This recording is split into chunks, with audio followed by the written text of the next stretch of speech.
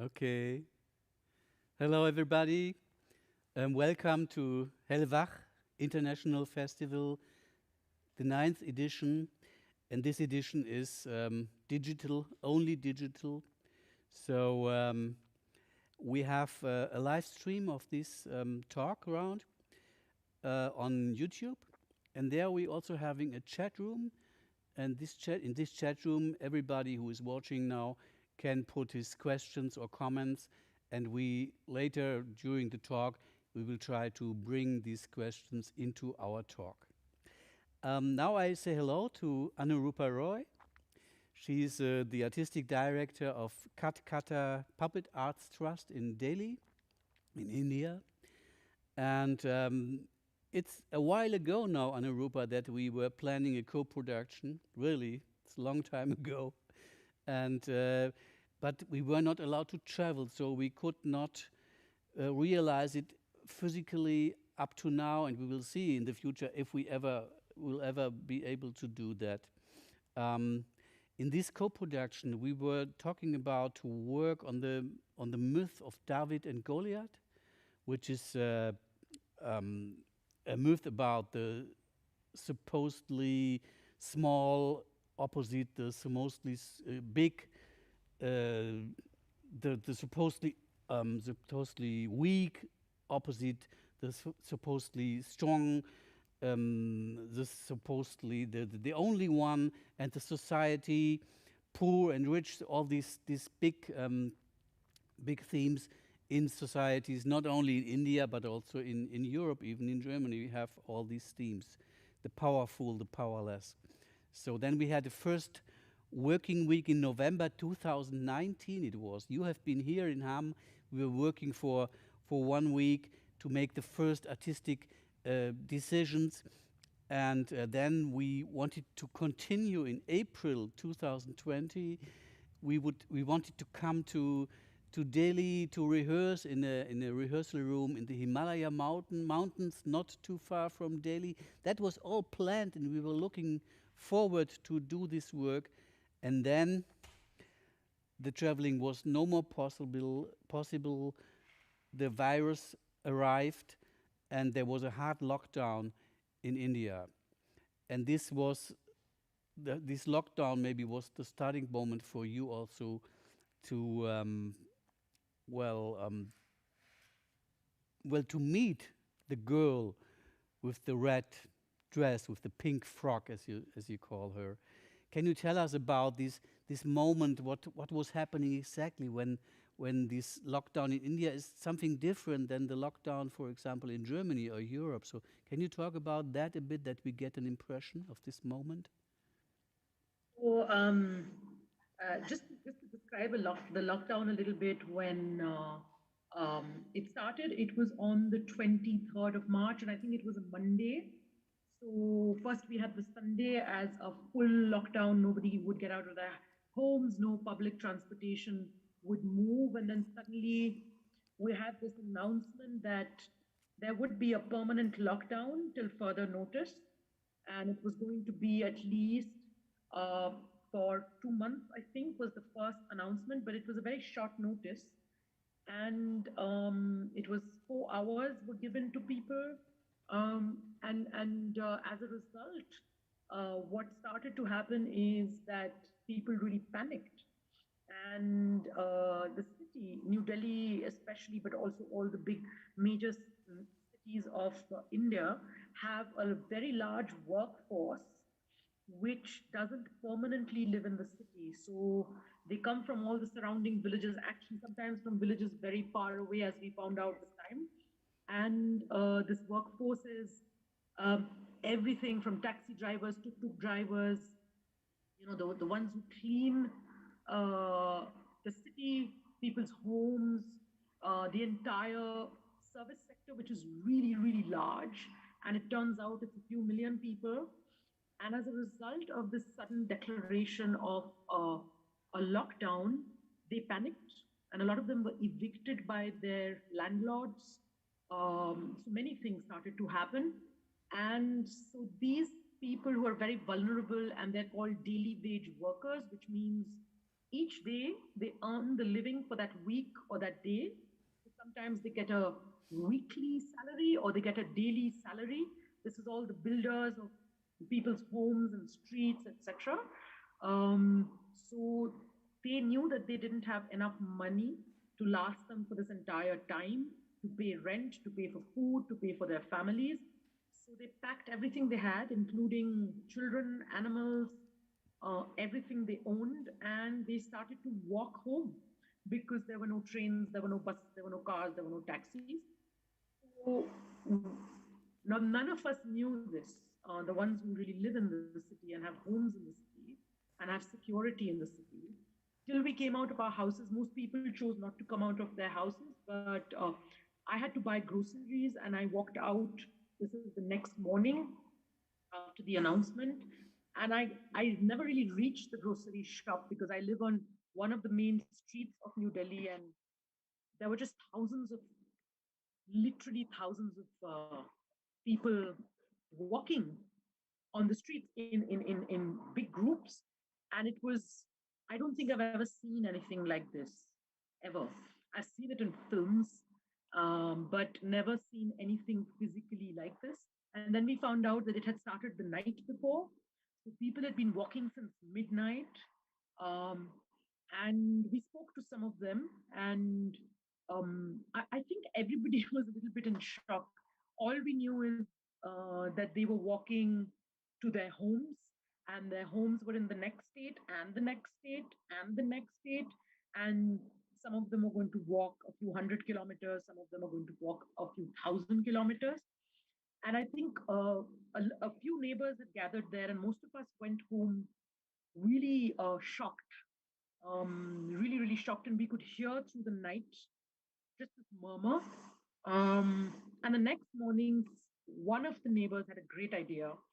Um, he got together um, some people from the neighborhood. He called us up. We got some money together. We went and we had to open up someone's shop because everything was shut. And in his go down, there was supplies. He had raw vegetables, and three of the guys started to cook. And by about 8:30 or 9 in the morning, we were giving out food to people who were walking, because one of the things we had heard is the last meal they had eaten was when they had left their homes. And because no shops, nothing was open, there was no possibility of eating or buying yourself a bottle of water. So it was a question of people arranging for food. And we weren't the only ones. There were many people who were arranging food suddenly. Food would appear and water would appear. And this went on for about 3 days of distributing food. And it's at that moment, and I think it's the third day, that I met this girl, this little girl. They had been walking from Manesar, which was already about 100 kilometers from where we live, 115 kilometers, and they were going to walk another 300 something kilometers. So a total of 580 kilometers is what the family would walk. And she was this little girl wearing a very nice pink silk frock. And I couldn't help noticing. Just 1 second, because before we come to this girl, because this is one of our main topics, of course, but to understand, so you as theater makers, as neighborhood, all people who saw what was going on, many thousands of people, we saw it on TV, so we have it as TV images. The government didn't care for those people. There was no public transport, no help to bring them, just settle up some trains or buses just to help them to go home. So it was really a private help you decided to do, and your neighborhood and everybody. Yes, it was very complicated actually. On the first day, there were some buses, and we are very close to the border. And the buses came in, and at the border they were stopped because the next state had decided nobody was going to enter their state. Oh. And they turned people. It was many complicated things going on, a lot of confusion. So it was number one, no coordination between government agencies. Number two, of course, nobody had thought that people are going to panic and leave the city. There were no trains. All trains had been shut. All metro, all buses, everything was stopped. Wow. People had no option but to walk. And this continued for a while because for 9 or 10 days after that, people were still walking until a lot of individual people also then started to collect money and send them home in buses, private buses which they had hired. So a lot of this happened. And in terms of the food distribution, it's incredible. I mean, there were people in villages who were just distributing fruit from their gardens. There were people in the cities, of course, like I said, many of the communities who,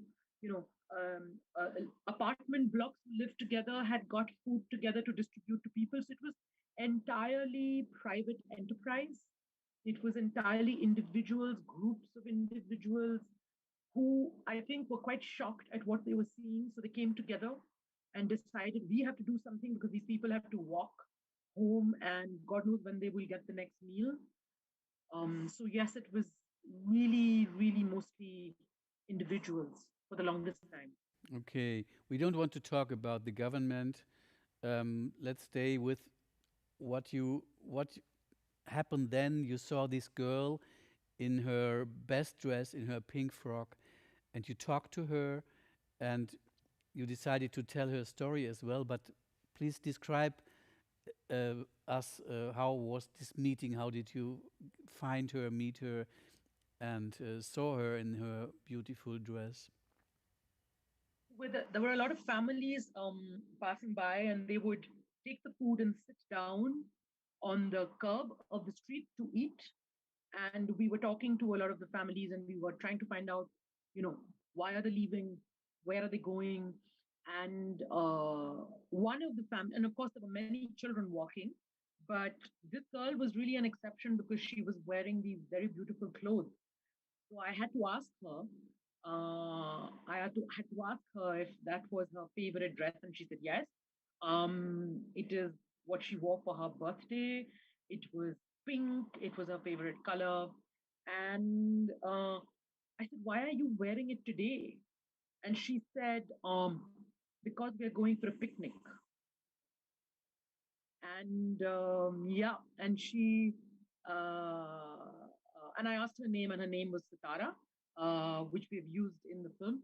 Unfortunately, and this is super unfortunate, um, we didn't take her contact number because we did that with some of the people afterwards. But I think that moment was such that everything was forgotten, and we didn't manage to keep in touch with this family. I wish I had, because nobody knew that she was going to be a story that people were hearing across the world. And now in Of course. Now, very soon, everybody will know, not everybody, but many more people in Europe will know this story of the girl in the pink frock, and that's already something very, very nice and important also.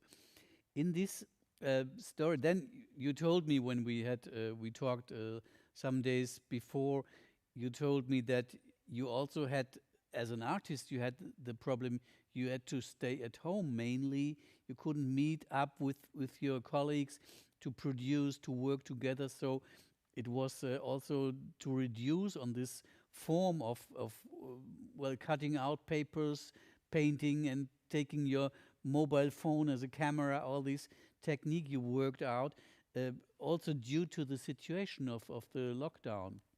Yes, and then in the storytelling, there is one moment I like very much. Many moments, but this is very special also because you're talking about the bad and the bat. And the girl, maybe she misunderstands, or the parents are lying to her. We don't know. Maybe parents are telling her a story. Huh? So, and the girl thinks she has to catch the bat, and the bat is killing the old ones. Can you tell us a bit about this aspect? We will see the whole little film later, but can you tell us about this moment, the bat and the bat? I have to go back a little bit. There was never a plan to do a performance. It was never a plan to even share this with the public. I think at that moment there was just this shock of what was happening and somehow coming to terms with what was going on. And I began to draw. I began to draw the girl first, and then I called up my friend who's written the story, Aditi Mendi Ratta, and I said, I have to tell you what happened. This is what we saw today. I think a lot of us were talking about what we were seeing and what was unfolding in the country, and trying to come to terms with what is going on, and the fact that we were locked inside. All these people were walking outside. Mm, and this feeling of helplessness, which has continued over a period of time, of not being able to do anything. And I think the first response was never to do a professional performance, nothing, but to just make sense of this new reality that we had. And Aditi, the very next day, sent me a story. And she said, why was she wearing the pink frock? Is what something she kept asking. And I said, the only thing she told me is that she thought she was going on a picnic. So Aditi imagined that the mother had told her something. And the girl was really excited. And this child who had already walked about 100 kilometers was okay, was seemed really okay. And she was also wearing party shoes, which means that a 580 kilometer walk, would the party shoes last? I don't think so. But, so it's what is it that kept her spirit going was a big question for us. And Aditi imagined that while we were all cowards sitting in the house, you know, fearful for our lives, is this little child walking out on the streets alone. And so she's the one who goes for the bat, to catch the bat. So it's that sort of juxtaposition in the story. And when she sent it, I really felt in a way like I knew Sitara a little more because of what Aditi had imagined. I started to draw and to film. And really, again, it wasn't, the plan was not to put anything out in the public till we sent it to another friend who was an editor, Atul. And Atul looked at it and said, hey, 1 second, I have these montage shots because I don't know how to deal with this. And we were all in this, how do we deal with this? So he had put together all the shots that we were seeing on television and on social media and in newspapers and made this montage. And so we sort of put it together, and suddenly we had this film which we said, we have to share it with friends. And a lot of friends said, oh my God, this is really something we are all feeling, that we can do nothing. And this girl is the one who talks about courage in this moment and talks about taking on the bad and taking on the bad. And so little by little, it just spread through this idea uh, on social media, a little bit on Facebook, but mostly on WhatsApp messages from one friend to another friend. So I think the bad and the bad are really what Sitara has become a symbol of someone who goes out despite the risk, and in her Yeah, head she's happy. and it's also for me. It's a wonderful description for the power of fantasy. So fantasy, the girl believes in this bat, in the necessity to catch the bat, to save the world or to save her family or whomever, and she's protected from the hard reality. So, do you think that these fantasy spaces are shelters for children, or maybe for all of us in difficult life situations? I think for all of us, I think for all, really for all of us. I mean, if we were all going a little crazy in lockdown, so many people, and this is across the world, and I think the only way we made sense of our lives is escaping to all these possibilities of a future, and really imagining that things are possible again, that things will open up again, and that we will meet each other again. And I think this hope is fantasy if you look at it sometimes, because it's not the truth at the moment. And I think that's what keeps everybody going. So, yes, the world of imagination is very important for the adult as well as the child. I think so. Okay. It's also very important for theater because we are all dealing with our realities on stage. So, to understand what is Katkatha Puppet Arts Trust, we all have to know where you are working. I haven't been there yet, but I know that you are working in a special district of Delhi. Can you tell us a bit about this district? What is special there? Why are you there? And how is the situation now in this district? We are in just outside New Delhi. It's the very edge of New Delhi. And New Delhi is a city which has been growing and growing and growing and swallowing sort of neighboring villages, which were farmlands. So a lot of the people were farmers, and now there's no farming, but it's the space where, again, it's the workforce of the city lives. As the city grows, they get pushed out, and they live in the areas where they can afford some housing and the rents are cheap. So we are in one of these areas, and we have a theater space there. The plan, we moved there 5 years ago, and the idea was to rehearse, only to create our work. But once we reached there and we saw our neighborhood, uh, the best description is it's a little bit like the Wild West, because then the minute you turn into that street which leads to our theater, there are no traffic rules, there are cows, there are tractors, very strange modes of transport. Nobody follows any rules at all. Everybody's driving in the opposite direction. So tuk-tuks for 3 people will usually have 9 people sitting in it, pouring out of it.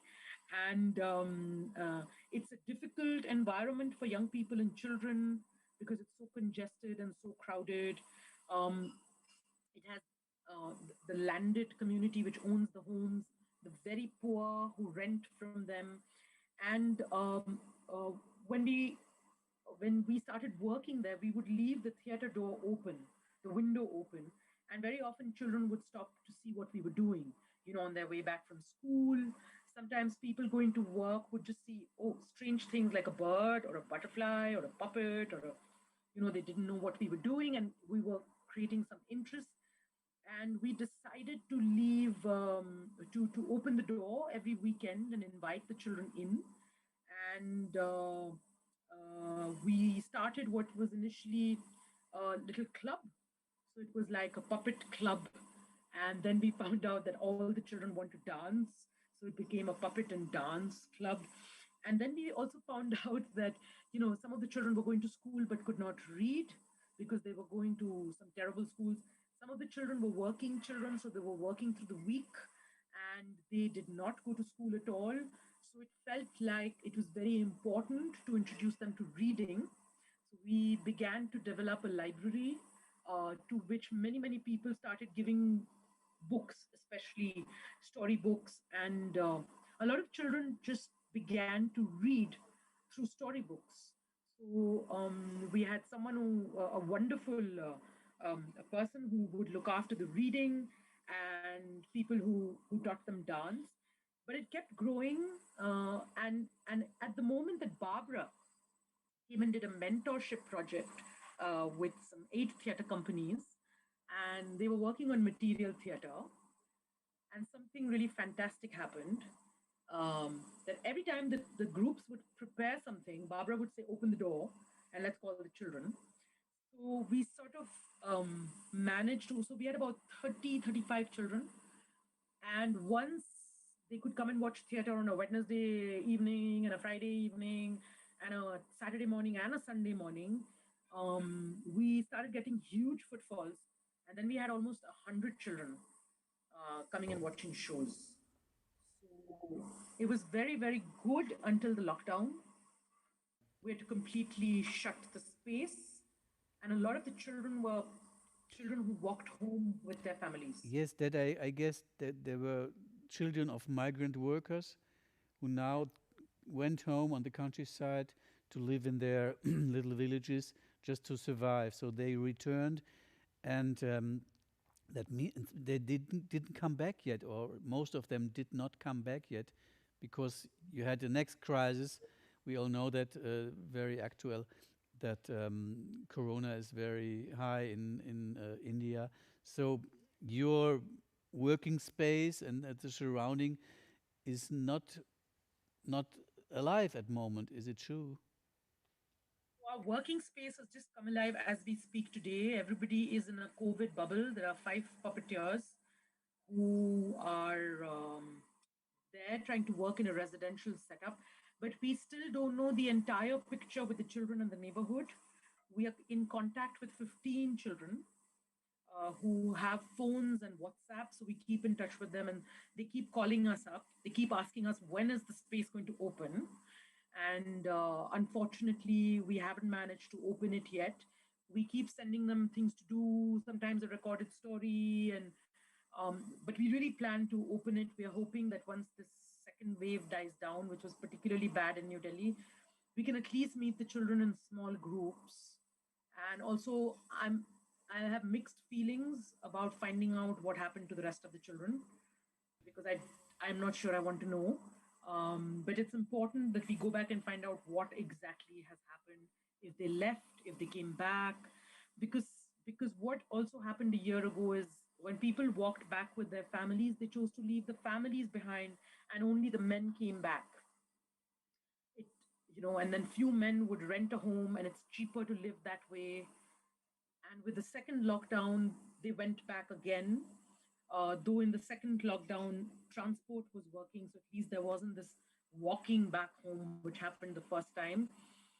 So yes, it's a difficult situation for the neighborhood. Yeah. I'm very Okay. unsure of that. Yeah. So we all hope, I'm sure we all hope that this will change soon and you can bring up your work again, your wonderful work in this district of the city. I would like to come back to our what we planned, our collaboration between HELIOS Theater and Katkatha, because as we realized that it was no more possible to continue and to meet, not in Germany, not in Europe, not in India, nobody was allowed to travel at that time. We decided to make single projects. So you developed a very nice project called Teelapur. You made it in Delhi. And I would like to talk about that because it's also due to the pandemic, but it's very special. And can you tell us what happened? You told me when we talked that you were sitting, you were closed up in your home, in your house, your apartment in Delhi, and had to decide what to do now. You were not, was not possible to go out. You had no colors, just black color and a little piece of paper, and suddenly there came up an idea to work, to go on working with your company because the wish and the power was there. Tell us a bit about that, please. Actually, that goes back to the girl in the pink frock. There was really this need to create something to tell a story somehow. But everything I work with is in the studio, and all I had is black marker pens and some paper and some Amazon boxes and some cartons from coffee boxes, etc. And Girl in the Pink Frock is one of the simplest shows I think I've made, and it was really a turning point to go back to the basics, to realize that you need very little to create a performance, and that this online space, which I've always resisted all my life, I've said no, no, no, no, I cannot do work for a computer screen. And then this happened, and Teelapur Ka Rakshas was the next step, and a very interesting next step, because we pushed ourselves a little bit more. So if you see Teelapur, also everything is cardboard and recycled cardboard. And the figures are also little cutouts, which are black markers. And there's this palace, which is two sheets of styrofoam from an old something we bought, and there was styrofoam, and in that we have stuck like bits of paper, but on camera it just looks fantastic. The camera is a magical thing when it gets projected, and we used torches to light the show, and it was very I think Zoom had never thought it was possible to use Zoom like this, because we had I was performing on one window from my bedroom, which was the king's room and the girl's house. And Shamim, my colleague, was performing in his living room where he had made the city of Teelapur, which was his entire living room with the small houses and the fields and the farmers. And the musician who was playing live was working from another part of the city. And we would come together and have these 3-second delays on Zoom, and we were still able to make Teelapur Karakshas, which was very exciting. Also, again, reflecting very much on the situation in the country, and but it was very, very, very exciting for us, and really a logical next step from the girl in the pink frock. So just to get it really clear, you've been three people and everybody was sitting in his apartment, his or her apartment in a different part of Delhi and producing images and also real landscapes for these videos, right? Yes. Yeah. And then I saw a kind of preview, so a presentation online, and that was really fantastic. So you were broadcasting from 3 different houses in Delhi into the web and to present this show. And this show, you wanted also to make a stage version of it. And this stage version we wanted to show here on the Hellwach Festival, which was not possible, unfortunately. But Teelapur was presented in India, right? There were 1 or 2 festivals you presented. How did you manage that? Something very interesting began to happen. A lot of people saw the promo online, and I think by last year, a lot of festivals, after the first wave of COVID was over, theaters still haven't opened in India at all, except for a very brief period in March. And of course, in a month's time, they shut down. There was a possibility of digital festivals.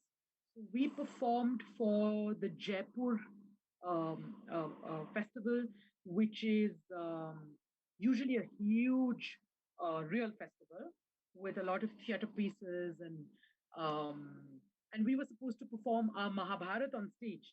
And then, of course, everything shut down, and they found out that we had done something online, and they asked for the entire show of Teelapur, and they said, this is perfect. This fits the bill. So it's a festival called Jairangam. It's in the west of India. So they were one of the first to present the work. Then we presented it at the Rangashankara festival, which was again very excited to present the work. And they had it screened in their main foyer where 25 people were sitting and watching it. And they were also children who were watching it from home. We played it for a school as well online. And then we did it for a digital. So we now have these new digital platforms where you can present work. And we did it for a digital platform called Art Square Feet, where we had very excitingly 100 people for the 2 shows. And that was very exciting. And you're looking forward to make the stage version as well, but you don't know whenever you can perform it, because the situation it's not clear when it will get better in India. Might take. Well, the stage version. That Yeah. was very exciting. Yeah. But now we'll have to see when. Me too. I want to see it, and we want to have you here with this version. In Ham, here in HELIOS Theater, that was the decision, instead of making this co-production, to make 2 shows, one Teelapur in India and the second one we called Curtain Up here in Ham, because here the situation was a bit different. We wanted to put a statement for the importance of theater, because children were excluded. Everybody was excluded, but especially for children it was very hard, of course. And we wanted to have a mobile form also to be able to perform in schools, which was possible for a while. Last year, later, it was no more possible. So we could make the premiere of this Curtain Up show, and then all the planned performances in the schools we had to cancel. So now we hope that we can open the theater after summer. Okay. Then this working online work. We did some projects as well, but you are really well. You made this very interesting Teelapur and the girl in the pink frock. And are you planning to continue to work online even without this pressure of the epidemic? Well, I must say it's opened up so many possibilities because I'd never thought uh, the kind of the kind of reach that online work could have was very exciting because last year we managed to do projects which have been dream projects for many years, but not possible. One of them was this project we did in Kashmir. I've been trying to work there for a while, and we could actually work there because it was online, and it was with a school. And for 9 months, since last year in August, and we could work with the children every week.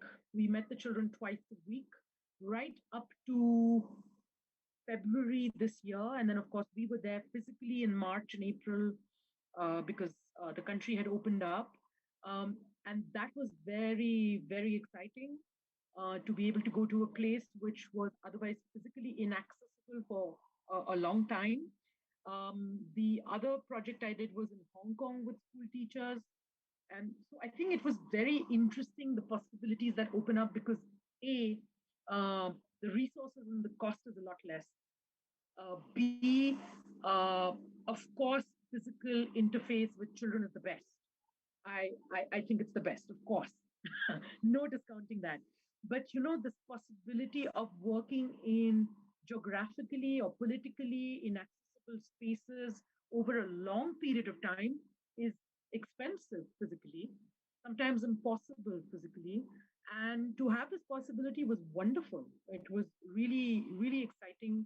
Right now, we are now working with teachers who work with teenagers in very remote villages in North India. And again, now we were working with teachers, and we realized after the project, I mean, the first part of the project, if you look in the map, these are places which are incredibly difficult to reach, really in remote areas. But we could Zoom with them or WhatsApp call with them. So this accessibility is quite exciting. It has a lot of possibilities. Yes, there's a whole new dialogue about what kind of exclusion does it create because it's a question of who has technology and who does not have technology, of course. But I find that we are looking at a new change dynamic of access, which was not possible. Yeah. Of course, to work with people in Kashmir or people in Hong Kong can be very difficult, and it depends, of course, what topics you're having in your work. You were telling one thing I was very curious about because you told me that you work with teachers to teach the children to express their rage or their disappointment by the arts. Can you tell a bit about that, because that's a very important thing, especially for people who are living in these hotspots, political hotspots, or in areas where the governments are very strict.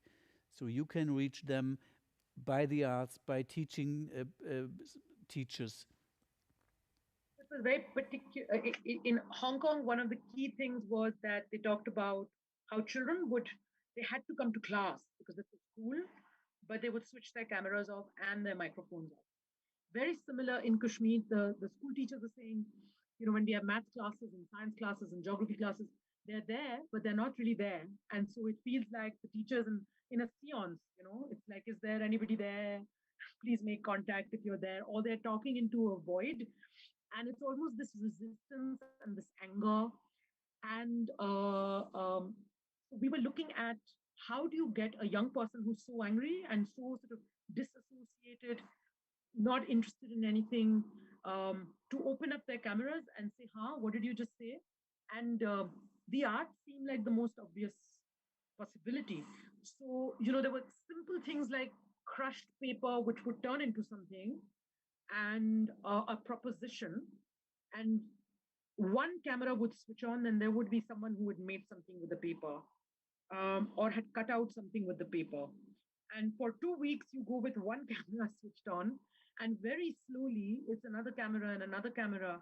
And sometimes it's the microphone kept, was switched on. And sometimes it was genuine. I mean, at least in Kashmir, it was very genuine because they do have very poor network. But we were watching how over the 6 or 8 months, cameras would begin to switch on and stay switched on. Similarly, the teachers in Hong Kong were saying, with the arts intervention, the academic interest goes up because it's almost like the arts draw them out of their shell and, draw them in to be interested in life again. And the other most exciting thing about the arts is you can say everything by saying nothing. Because you're talking through a language of metaphors and symbols, and you can express rage, but the arts then really become a container, and you can, talk about so many things without naming them. Okay, that sounds that you meet a lot of people, children or young people, adolescents, in these areas which are kind of hopeless, and by making them curious, you get them to show themselves and to get active again, and maybe to become creative in the sense of working on crushed paper, making things, filming that. So are you having special techniques about you are working? So is it also like filming, like we see in the girl with the pink frock, that they cut out little pieces of paper and then make little films with their mobile phones? Is it a similar technique you are using then? Yes. So in Hong Kong, I did 3 sessions with the teachers, and they've been sharing some of the artwork the students are doing. So they're doing a lot of these montages. They're cutting things up and using the camera, and they're very excited because children are normally really excited about technology. And an iPad and a phone suddenly has this other possibility. Kashmir, on the other hand, was quite different because there the use of phones is not that common among children, or a lot of use of internet is not quite common among children. I think the day that they really got whoa, like excited was when they started doing shadow puppetry. That was the day we really made a switch with them, because when the light came on and this cutout became something which moved on its own on the other side, it was um, it was very magical for them. So the possibility of telling stories where you were the hero and you could do impossible journeys, and they built their own mythologies, and did these superheroes, and they could show superheroes who could fly, and it was really fantastical, the stories they worked with. This possibility of shadow puppetry was very exciting for the children in Kashmir. And that was really the turning point, because before that, they were doing stuff, but they were cynical. Especially the boys were cynical, like, why are we doing this? What is this? These are toys. And then they suddenly realized, oh, there's a whole world of visuals that opened up. And from there was no looking back. Then they really got excited and really got drawn in. And there was a possibility of telling your own story without putting yourself in the front. Yeah. That was very, very interesting for them, I think. It sounds fantastic. I would have loved to be there and to share that with you. So here we have it again. There's fantasy as a shelter or as an impulse for creating future, creating hope. That's really fantastic.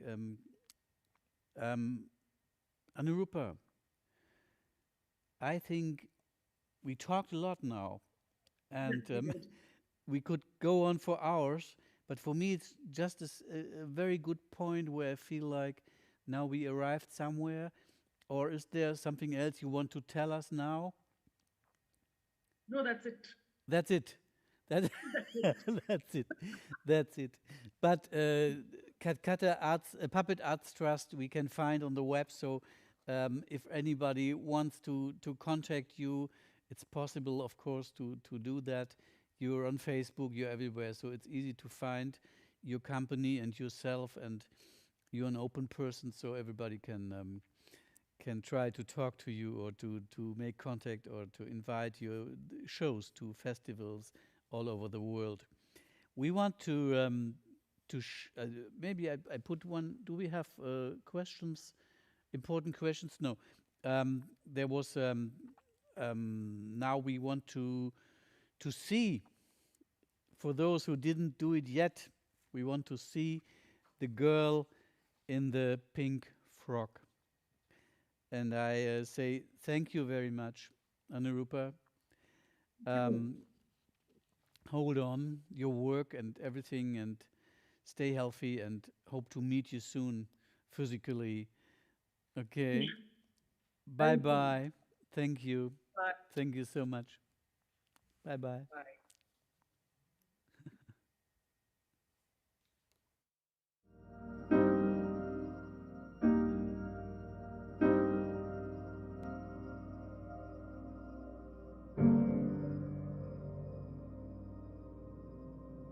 Last night also, it did not come. It's been 2 days since I put the mousetrap near the stove, but it's still empty. There's no bat in it.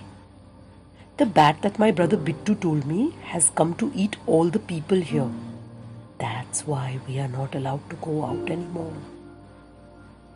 Because the bat is outside. I can't see it though, and I've been looking out for the last 2 hours. And I have really sharp eyes. Dadi used to pick me to put thread in her needle whenever she was sewing. Good thing she died last month. Bittu says this bat likes to eat old people. I don't think Dadi would have liked that. It was better she died in her sleep without being eaten by a bat.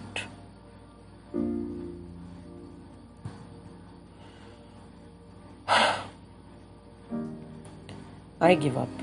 I'm sleepy now. I hope when I wake up in the morning, the mousetrap is not empty anymore.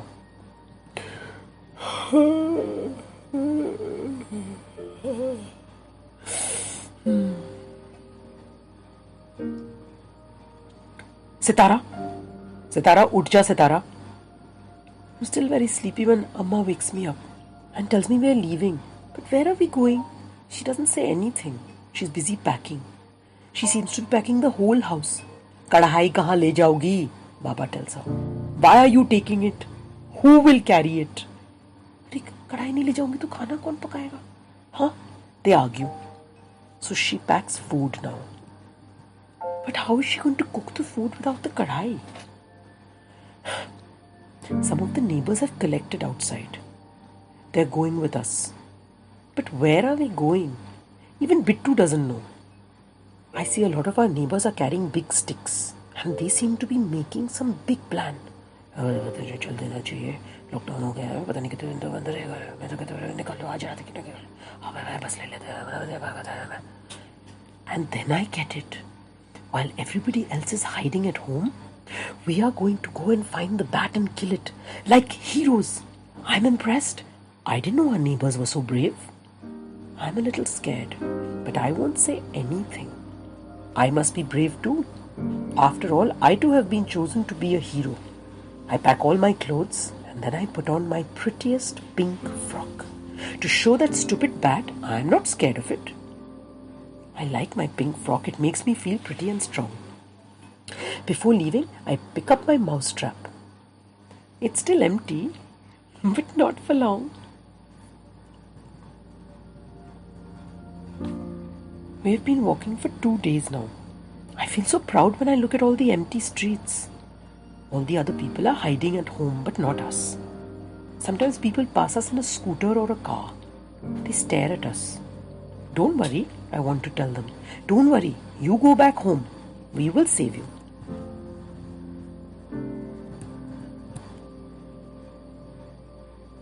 But Bittuna isn't speaking. He says talking makes him thirsty. So he sealed his mouth shut. Whenever I ask him anything, he only replies in signs. Bittu, Bittu. The sun is up really high.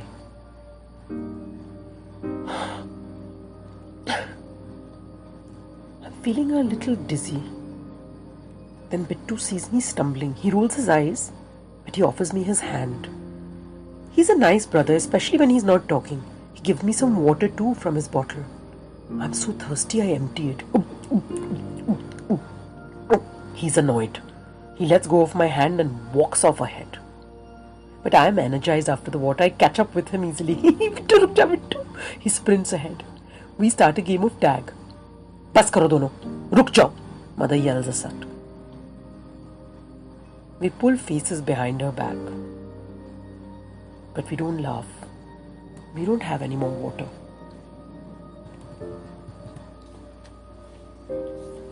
More days have passed. Our group has become bigger, but also smaller. So many new people have joined us. But some of the people we started with have vanished. Or maybe they're there, but I can't see them anymore. Like yesterday, I got so scared when I woke up. I couldn't see Amma anywhere. Amma. Amma.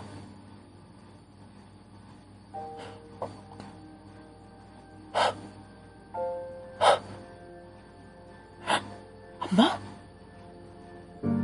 Amma. But she was right there. She just had a different face. I have never seen her look so dark and her hair not braided neatly anymore. It was flying about like the long-haired madman who sometimes talks to himself. And she was talking to herself too. But then she hugged me and I could see it was her. And then it made sense.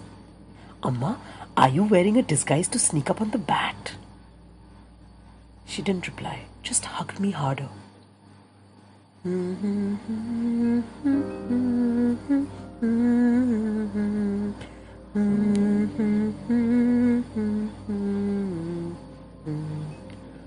I know the song, but she's even changed her voice to sing it, made it smaller and not so sweet.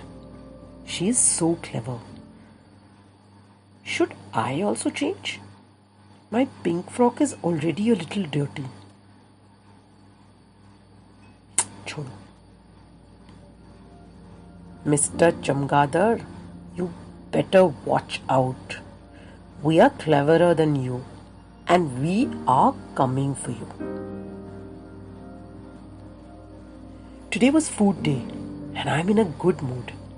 There are lots of trees where we are walking, and today again some people came and gave us food and water. I like it when people come to see us. It's so brave of them. They give us food to keep our strength. Otherwise, what would be the point? If we reach the bat hungry and weak, it would just eat us all up and they would have to start again with new people. I do wish though that there was more food. This finishes so fast. I still feel hungry. I feel hungry all the time.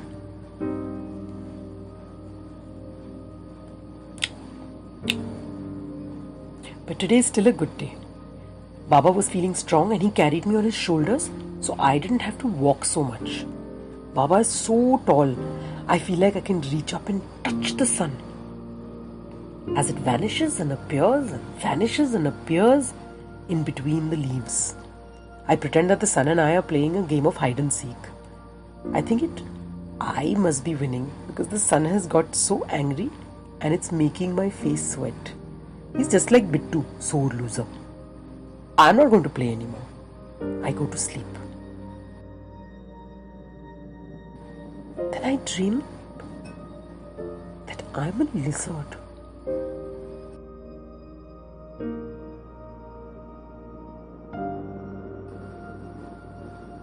And I am a kitten.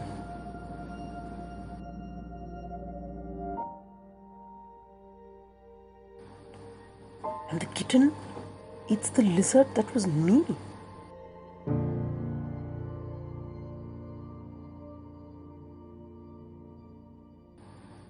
Very strange. It's already night by the time my dream ends and we stop. Father puts me down on my feet. I feel like running, but Amma says, Ruk ja, Satara. Bhago mat, wapas aao. Stay close. Everybody sleeps on the side of the road, but I'm not sleepy anymore. I lie awake and I count the stars.